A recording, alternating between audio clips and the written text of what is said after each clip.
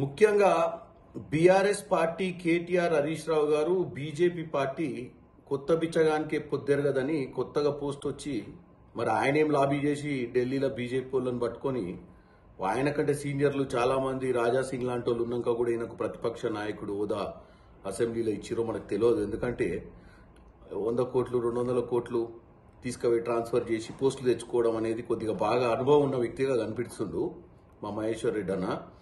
మహేశ్వర్ రెడ్డి అన్న కాంగ్రెస్ పార్టీ నుంచి ఆ పార్టీలకు పోయినావు, పీఆర్పీ నుంచి కాంగ్రెస్లోకి వచ్చినావు.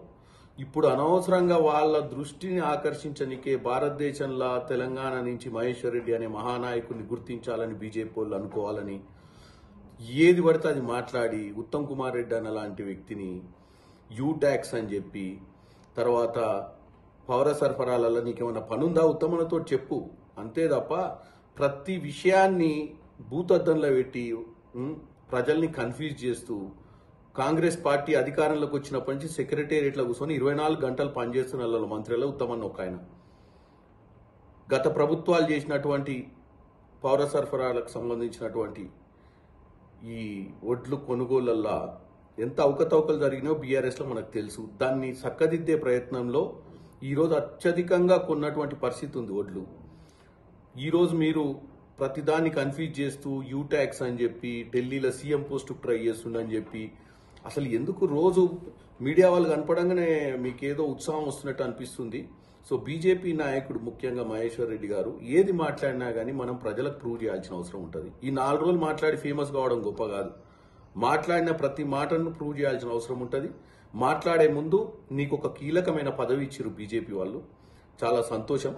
కాకపోతే ఆ పదవిని అంత తొందరగా ఆ పదవిలో కూర్చొని ఏదో సాధించాలన్న ఆలోచనతోటే గతంలో కూడా మీరు విఫలమయ్యారు. మా పార్టీలు ఉన్నా కానీ పీఆర్పీలు ఉన్నా కానీ ఇప్పటికైనా ఆ కొత్త పార్టీకి పోయి అక్కడ మంచిగానే ఏదో మేనేజ్ చేసి పోస్ట్ తెచ్చుకోరు కాబట్టి ఆ పోస్ట్ని జాగ్రత్తగా కాపాడుకోవాలని కోరుకుంటున్నా. ఎందుకంటే ఈ అసందర్భ ప్రేలాపనలు మాట్లాడటము, సంబంధం లేని సబ్జెక్టులు మాట్లాడటం వల్ల ఏమైపోద్దంటే ప్రజలు ఇంకొకసారి మీరు ప్రెస్ మీట్ పెడితే కూడా చూడని పరిస్థితికి వస్తారు. ఇప్పుడంటే బాగానే కవర్ చేస్తారు అన్ని పేపర్లు. 4 రోజుల తర్వాత ఇట్లనే రోజు మాట్లాడుతుంటే 4 రోజుల తర్వాత పట్టించుకోవడం బంద్ చేస్తారు. అరే ఈయన చెప్పే దాంట్లో ఏది కూడా ఈయనకు క్లారిటీ లేదని. ఇక పోతే హరీష్ రావు గారు 2014-18 మేనిఫెస్టోనే ఇంప్లిమెంట్ చేయక ప్రజల్ని మోసం చేసిరు. మీ అంత గొప్ప వాక్చాతుర్యం లేదు. మేము పనిచేసి కూడా ప్రజల మధ్యానికి పోయి చెప్పాల్సిన అవసరం లేదు, ప్రజలే మమ్మల్ని అర్థం చేసుకుంటారని చెప్పి ప్రతి విషయాన్ని మేము ప్రజల సంక్షేమం కోసం పనిచేస్తున్నారు మా మంత్రులు, మా ముఖ్యమంత్రి గారు అందరూ కూడా.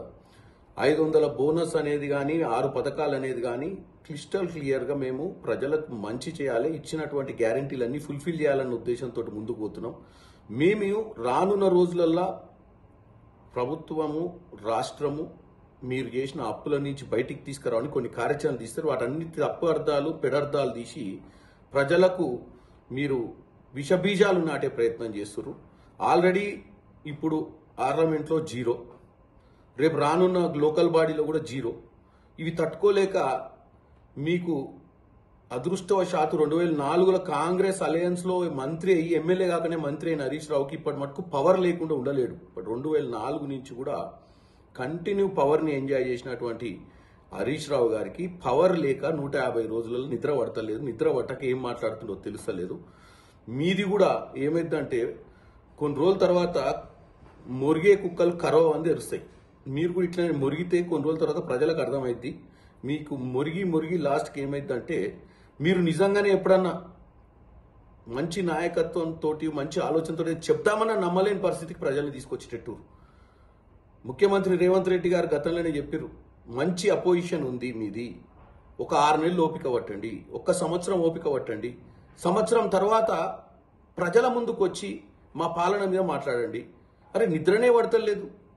3 రోజులు కాకముందే ఆ రోజు ప్రభుత్వాలు పడేస్తారు. కాంగ్రెస్ ప్రభుత్వం వారం రోజుల్లో పడిపోద్ది, 4 రోజుల్లో పడిపోద్ది. అప్పుడు పల్లా రాజేశ్వర రెడ్డి వీళ్ళందరూ మాట్లాడారు గతంలో. ఇప్పుడు మీరు ఏం మాట్లాడుతుర్రు? రేపు 4వ తారీఖు ఎన్నికల రిజల్ట్ అయిపోద్ది, ఎలక్షన్ కోడ్ కూడా అయిపోద్ది. తర్వాత ప్రజా సంక్షేమం గురించి దృష్టి పెట్టాల్సిన అవసరం కాంగ్రెస్ పార్టీకి ఉంది.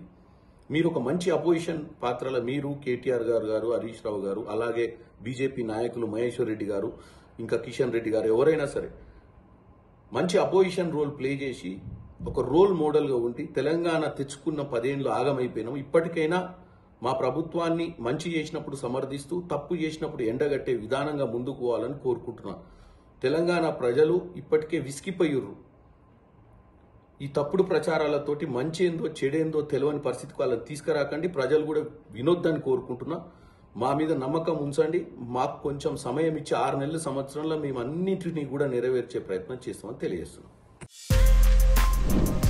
For more videos like this, subscribe Big TV channel.